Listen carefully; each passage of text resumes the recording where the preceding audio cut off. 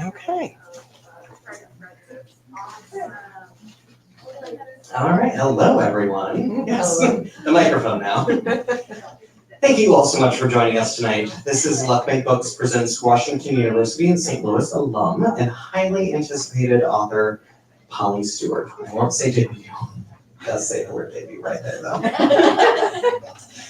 Who will discuss the book that S.A. Cosby says is not to be missed, The Good Ones. Stewart tonight will be in conversation with internationally best-selling Missouri author and my friend, Laura McHugh. Tonight's event is possible because of your support. When you support Luckbank Books, your money goes directly into the local economy.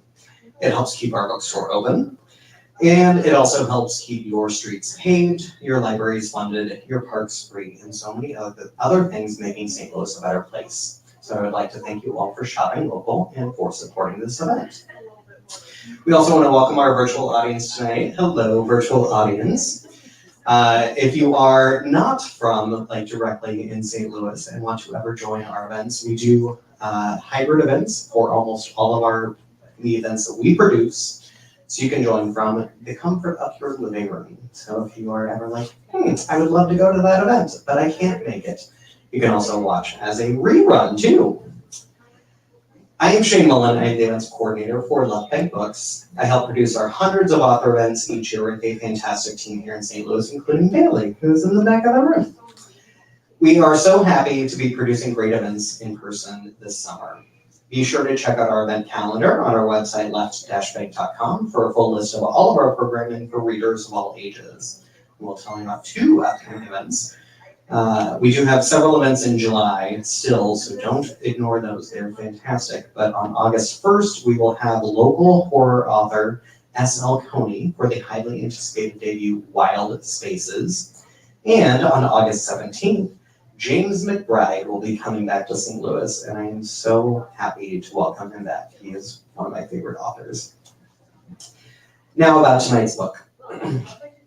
S.A. Cosby, the New York Times bestselling author of Razorbilly Tears, says, Holly Stewart's The Good Ones is a fantastic achievement, a classic Southern Gothic tale told through the prism of modern-day sensibilities, not to be missed.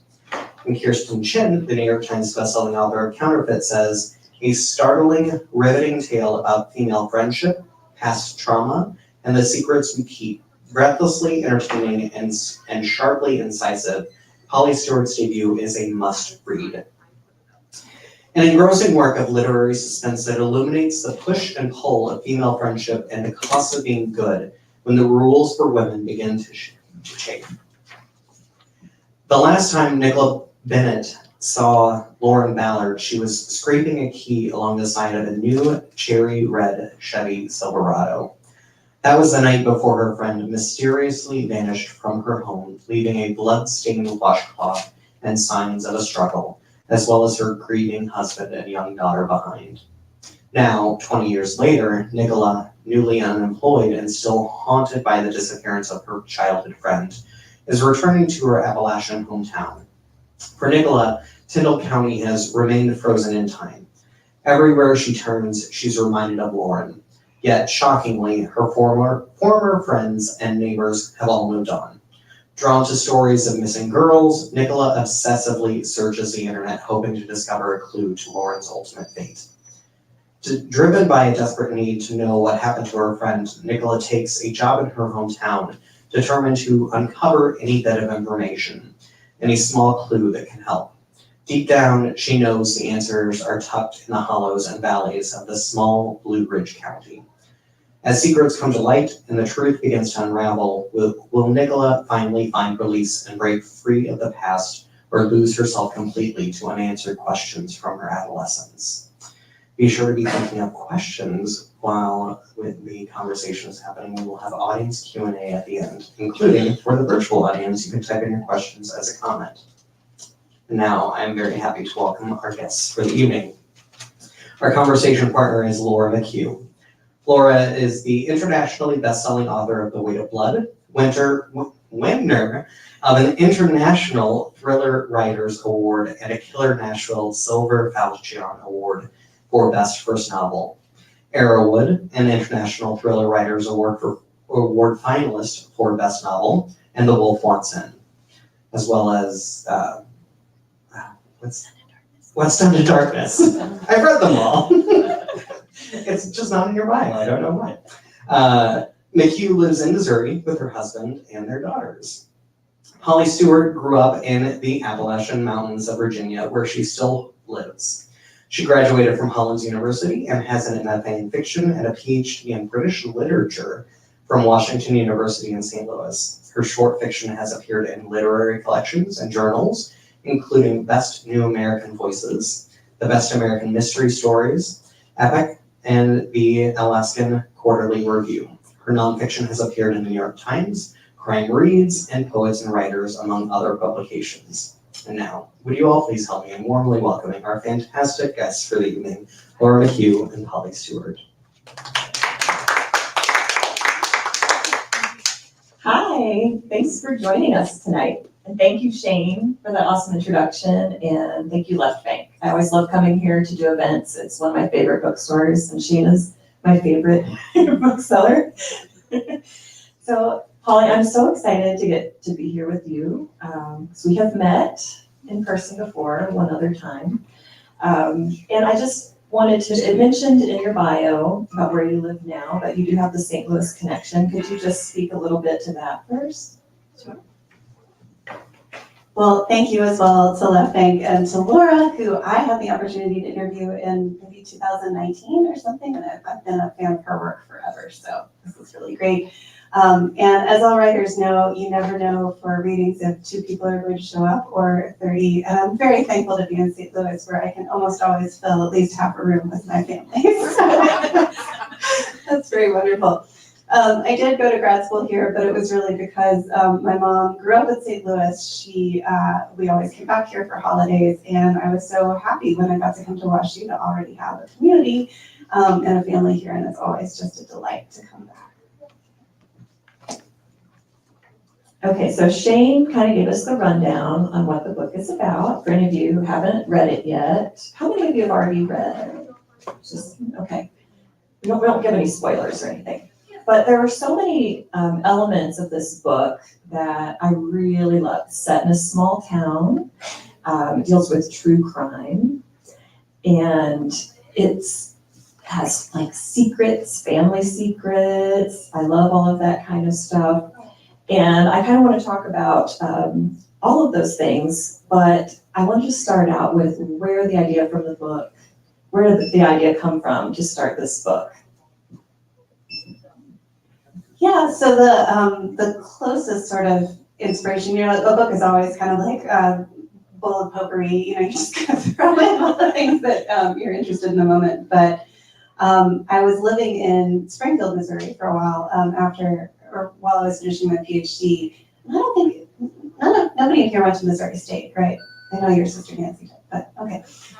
So there's a case that happened there in 1992, and I'm sure most people are familiar with it, the Springfield Three. So it was 3 women, a mother, her daughter, and the daughter's best friend. And the 2 girls had just graduated from high school.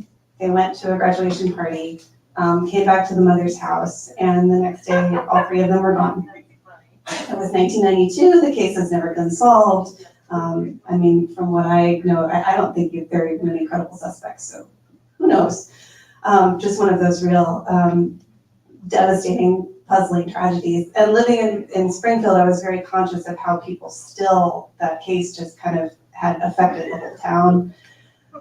But the thing that always kind of stuck in my mind for some reason was I listened to some podcasts and watched some documentaries, and one of the daughter's friends came over the next morning to pick them up because they were going to go to a water park.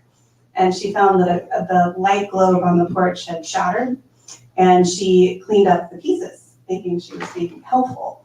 And for some reason, I just really kept thinking about what it would be like to be that close to a crime and a tragedy and not know it until later. So that was really, you read the beginning of the book, that scene kind of shows up in the introduction of The Good Ones, and that's kind of where the genesis of the story came from. That is really neat to know. And now knowing that and seeing how the book started, yeah, that makes a lot of sense. And I love how you came up with this whole totally different story out of that little kernel from that. And I was living in Lebanon and had just graduated high school at the same time as those girls in Springfield. So I was like 45 minutes away from there. And it affected us a lot too. I've never forgotten that case. I remember someone coming through the drive-thru. I was working at McDonald's. And it was this guy, and he was like, have you heard about those girls? And I'm like, yeah. And he's like, are you scared to walk out to your car alone tonight when you get off of work out in the dark parking lot? I'm like, I am now. So it's really creepy, but that was a big thing. And yeah, and now true crime seems to be even more just pervasive. So many people listening to podcasts and watching Dateline and watching all of those shows. And you do kind of delve into that in the story with how Nicola has been like following this case and really fascinated with that. Do you want to talk a little bit about true crime and about what you were getting at in the story and how that worked in? Yeah, that's what I didn't realize you were living in Lebanon, but I did an event in Springfield last month, and they have a big memorial, and everyone still is so familiar with that. It just really changed everybody. But I think it was important for me, and it's important in the book that case happened before the true crime phenomenon, because now it's so much a part of our lives, whether you want to be it or not. And during the pandemic especially, I listened to a lot of podcasts. But I think, there's that way in which the true crime industry separates us from the actual tragedy of what happened and the sort of real impact of it. So I wanted that to be in the book. You're seeing the way that those events are, I don't want to say commercialized, but kind of marketed in a way. But you're also hopefully seeing the real impacts that they have on real people. Absolutely, yeah, I thought that was really well done in the book, how you kind of wove that in, like her fascination and all that, because I think we all have that fascination with true crime. I mean, I follow a lot of those too. We could talk more. We can talk more about that, really do. But also the setting, the small town setting, I really love that. It's so well done here, the details that you've put in there, and I mean, the story is just so beautifully written. Did such an amazing job with that. But I'm just kind of wondering, like I read about small towns too. I'd love to read about them. What was it that had you set it in a small town like that? And what is it that you like when writing about small towns? Yeah, it's funny being here because if my mother were here, who most of you know, she's always said, you really think of yourself as Appalachian? She's not. She's from here. But I do. I grew up there, and my dad's family is from Southwest Virginia, and I just love the landscape. I love the culture, and I did live away for a long time, both here and then I lived in California. And part of the story of the book, as well as Nicola, is coming back. She intended to be an academic, can't find a job, kind of has failed at that career.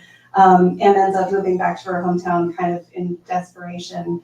And I was living in California, happened to get a job very close to my hometown. So it was a very happy move for me. It was a positive thing. But I did have a very similar experience of feeling now I'm back in the place where I grew up, which is a weird feeling, and I was seeing people from high school and sort of having to adjust to like, oh, this is my life in a place that I thought previously that I wanted to leave. So I do, I live in a town now where you go to the grocery store and you see 12 people and I love that. I know all my kids' friends' parents. But there can be something, especially if you're an outsider in a community like that, if you feel like you don't fit in, it can be very restrictive and oppressive about it. So I wanted to deal with both of those aspects. You did an excellent job of that. I really loved that part. I love the setting and how you worked all that together, how everyone knows everybody else, and they all have this like history that you kind of can't escape from. So I thought that was great. And there was something else in the book about, women, the women's friendships, but also like what's expected of women, and maybe that's even amplified in a small town, these certain expectations. And the girl that went missing, Lauren Ballard, she had, she was a popular girl and then gets married and has a baby right away and stays in the hometown, whereas Nicola moves on. I was just wondering if you could just speak a little bit toward that, like what you have in the book, and just in general, like those female friendships and those expectations of women and how that plays into the story. Yeah, I do say in the acknowledgements, I'm lucky. I have much better friends than the ones in the novel there. And it's funny, I was telling Laura earlier, my publicist keeps sending me reviews of the book, and there, there's some that are very positive that say like, these people are awful. They're not nice. Oh, thank you. And I'd love to hear your take on this, but it's such a funny idea to me because I don't read fiction, and especially crime fiction, looking for like role models or nice people. But I also think it's the fact that in fiction we have access to all of someone's inner thoughts and sort of inner monologue, which we don't get from other people except ourselves. So I think the women in this book are very complex. They're not always nice. They're not always nice to each other. But I think they have a real bond based on the fact that they have a lot of shared memories. And I definitely have people in my life like that who, you know, you grow in your life in ways that may not make you compatible anymore, like may separate you geographically or in terms of personality, but you always have that. You remember what it was like to be together in a certain place in a certain time. And that's a bond that I think doesn't go away. And I think it's especially important for the girlfriends that you have growing up, or at least it has been for me. Okay, and this isn't exactly related to that, or maybe it is, but I was kind of curious about the title, The Good Ones. And did you come up with that, or did your publisher, and kind of where did that come from? Yeah, I love talking about this with writers, and I'd love to hear your experience, but publishers do sometimes change your title or suggest that you change your title, and so much of what has happened with this book is dumb luck, including the title. That was my title, and I said it to my agent, and she said, "This is a great title," and I still don't know why. I'm very happy that she thinks so hopefully I can recreate that. But the title, yeah, and I did an event in Memphis a couple weeks ago where somebody in the audience kind of called this out, but the line about sort of, by the time you get to your 30s, all the good ones are taken. That's what I was really thinking of. And there are two men in this novel who kind of think of themselves as the good ones and appear to be the good ones, and they're not. They're not the good ones. So that was kind of the original seed, but I liked the way it kind of came to apply to the women characters as well, who feel a lot of pressure to be good and to live up to certain expectations. So again, I just kind of lucked into it, but it ended up working out really nicely with the story. Yeah, that's neat to know. That is a good title. Do you come up with most of your titles? Can I ask? Oh, I do come up with them, but they always want to change them, but then they never come up with anything else to change it to. And so we run out of time, and then that's my title. So yeah, I've come up with all of mine. And usually it's a line from the book, like The Weight of Blood, The Wolf on Sun, those are all like lines from the books. That's what I usually do. But yeah, I love your titles. Oh, thank you. They always want to change them. I don't know. They don't like them as much as you do. Yeah. But that it's interesting when you're talking about those characters being like good or bad, and those reviews, people talking about, you know, oh, these characters are mean or bad or whatever. And that seems to be such a conversation now in these types of books, like the unlikable character, but it's usually like the unlikable woman character. Like there are a lot of unlikable male characters too, but you don't really hear them talked about. So I mean, were you thinking about that? Was that on your mind when you were writing these characters? Were you thinking about, oh gosh, are people going to say, oh, they're unlikable? But a lot of people like the unlikable characters, makes it interesting. Yeah, I don't want to go off on a tangent, but I guess it's been mentioned. I'm a debut author, but I think most people here know I had a book about 10 years ago, and it didn't sell very well. So then, you know, I wrote a couple other books that didn't sell, and by the time I got to the good ones, I don't want to say given up, but I wasn't too concerned about writing for publication. I was kind of writing for fun. So I wasn't really thinking about how people would react to them. I guess I was just thinking about trying to put something that I thought sounded like real life on the page. It is interesting to me when people say they don't like them, because to me, if you understand why someone is the way they are, it doesn't really matter if you like them or not. You know, you see them in their full humanity, and that's kind of what I want to see on the page. But yeah, there was one, I think Publishers Weekly said the main character is messy but endearing. And I was like, I can go with that. Like, I mean, who among us is not, you know, messy but endearing? All right, so talking about writing a little bit, I know that people always ask this question, but I'm always so curious of other authors and what their process is and how you write. And you write other things besides novels as well. When you have to, okay. So if you could just tell us a little bit about your writing process, whether it's changed over time, is it the same all the time? Do you plot, do you outline? I'm always fascinated by it. So if you could indulge me. So I've realized from doing events that this is a term that Laura will know, but I should probably explain. Pantsers and plotters. Has anybody else ever heard this? This is just something writers talk about, I think, but pantsers go by the seat of their pants, and then plotters, by contrast, organize everything. And I am by nature a plotter. I love organizing and planning every aspect of my life, but it did not work with the good ones. I think because I wasn't writing it thinking I was going to send it to my agent or do anything with it, I just kind of wrote what came to me.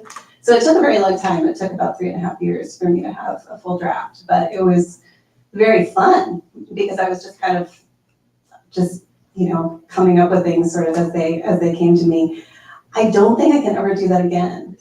And I said that at an event a couple weeks ago, and a guy came up to me after and said, well, why? You should try to, you should always do that since it worked for you. But I don't think, you can't go against your nature, right? And I think now that I feel like I'm expected to produce something else, I need to go back to my roots and kind of over-plan. And so my new novel is kind of all on note cards, laid out on my office wall. And I do prefer that, but yeah, I don't know. What do you do? Mine's changed pretty much every time. Like I started out as a pantser. I started writing a novel. I just lost my job and I was pregnant with my second child, about to have a baby, and I started writing a novel and I didn't know how to write one and I didn't have a plot. I didn't have an idea. I started writing about setting. I started writing about the Ozarks, and then I came up with a character, and I was halfway through the novel before I figured out what had happened to the woman who was missing.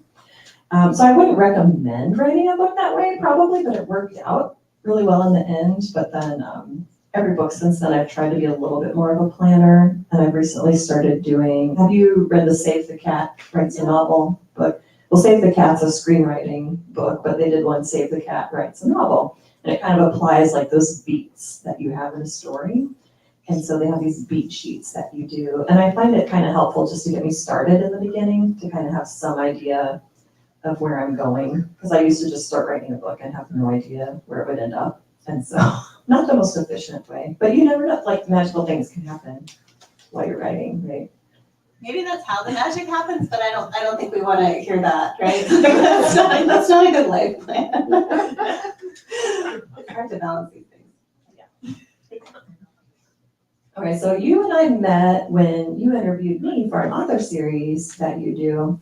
And so I'm kind of curious if you could talk about that a little. So you talked to lots of different authors about things, and I'm curious, like, what kinds of things have you learned? Any really amazing things that have kind of stuck with you about writing, or is it weird now that you're getting interviewed all the time? Are you thinking, like, are there questions I should be asking you? You're like, I would ask this. So you do a lot of interviewing, so I'm just curious.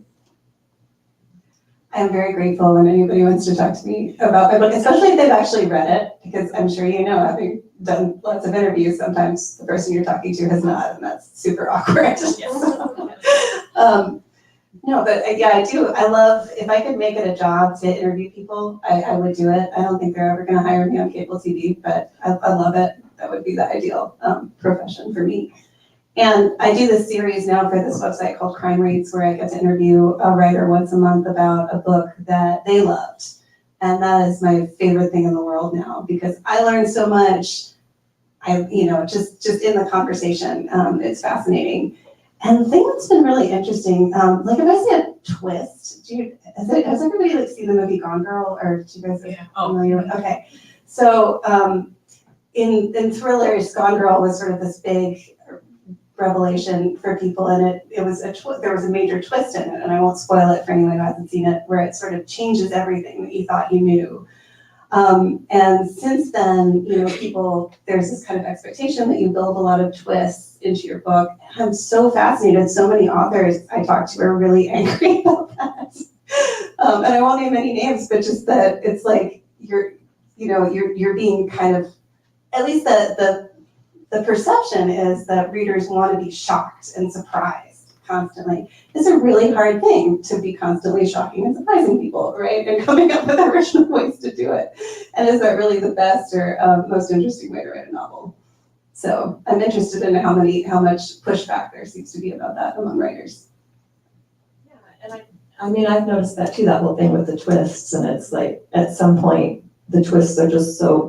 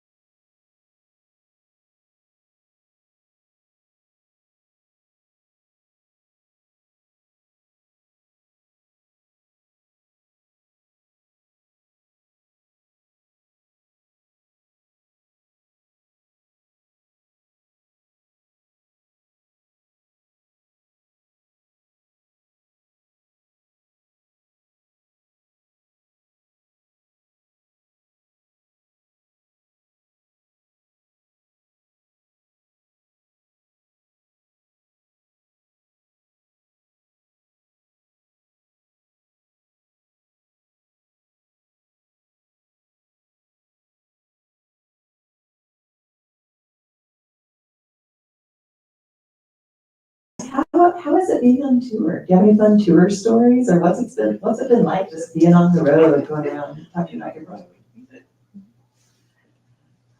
It's been great. I mean, every place I go to, it's a place that I have some kind of connection with a writer I admire in conversation.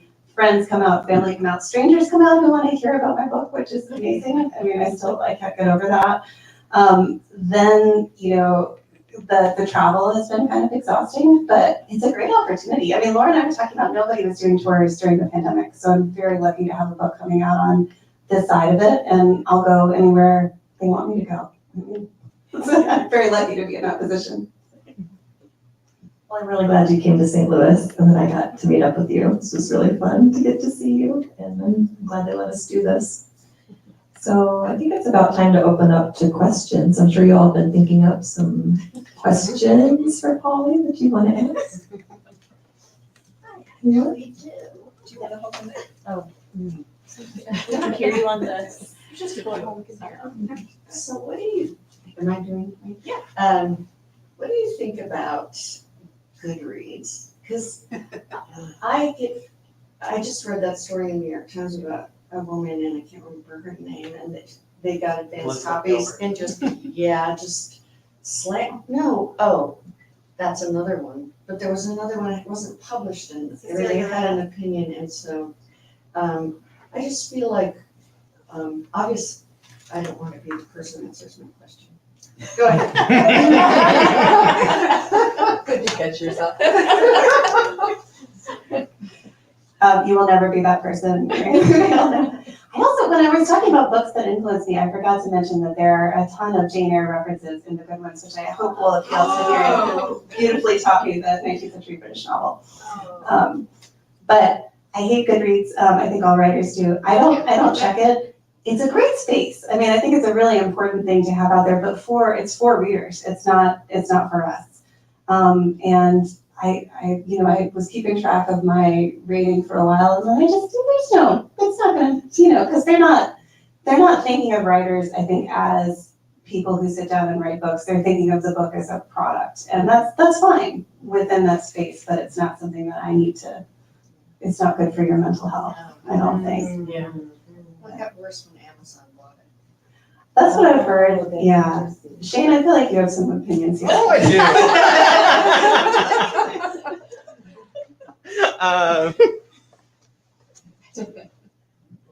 Yeah, so Amazon does own Goodreads, which is terrible. And to take that kind of away from the readers is horrible. But in terms of the Elizabeth Gilbert, like in the book industry, to have something that isn't available for people, and I mean, they have never seen the book, they don't know the content of the book, to prejudge it is something that, like, I don't even do. Like, I mean, that's not part of my job to mysteriously buy books to put on these shelves, but there's an element of curation that goes into, like, buying for a bookstore. So there is, like, not knowing what a book contains. But there's also the trust that you have with publishers, that you have with authors, that you can give a certain amount of, like I trust Laura to write a book that will not be offensive to me. Like, I trust that the publisher is going to write a book that will be sensitive. There are things such as sensitivity to readers. So if you have books containing trans characters or queer characters, which is something that I immediately dealing with after Pride, to not be a trans person or a queer person writing about those people, there is a certain amount of, like, you need to have a sensitivity to what is on the page and how that affects those people. But these people were not sensitivity readers. They were not knowing what happened on the page. One of my favorite novels from 3, 4, 5 years ago, maybe, Julia Phillips' book, Disappearing Earth, is a beautiful novel set in Russia. Would it have gotten the same treatment that Elizabeth Gilbert's book got? Probably not. She was a debut author. Do people not trust Elizabeth Gilbert because of her other work? That might have something to do with it, but if you don't trust what an author is doing, if you don't trust what a publisher is doing, don't buy the book. Don't cancel a book entirely based upon hypothetical. So. Oh, I can pass back to Well, I wasn't sure if everybody followed that story, but there was a book by a well-known writer who, it was set in Russia, and people got very angry on Goodreads that she was writing a book set in Russia, and no one had read it. It wasn't going to be out for like a year. But they were so angry that she withdrew the book from her publisher and just said, I'm not putting it out there anymore, which just seemed like a huge overreaction. I mean, I don't want to judge what she's going through, but it was a very weird situation.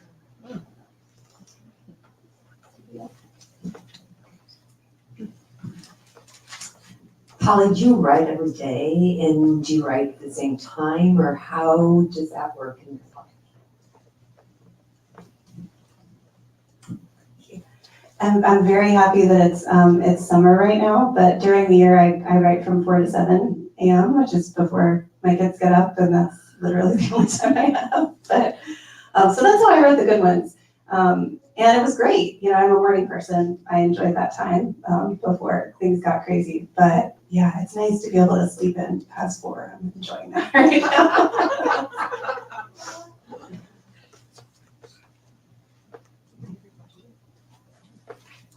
You don't have to ask. Have we already talked about what you have next? Me? Yeah, Are we talking about me? we can We for a should talk about second. Very briefly. Yeah. I'm excited. Thank you. You're so nice. Yeah, my next book is coming out in April of next year. It's called Safe and Sound. It's coming out from Random House. It's another thriller set in a small town in the Ozarks. Like most of my books. So, yeah. I assume she'll be here, Yes. probably. Yes. I'll be here whether you want me to be or not. No, I'm kidding. I'll wait for an invitation. Okay, any other questions? Anybody? You don't have this, no pressure. But Holly's gonna be signing books. If anyone wants to get a signed book afterward, and we're so grateful you guys came tonight and joined us. It's a good time. Thank you. Thank you.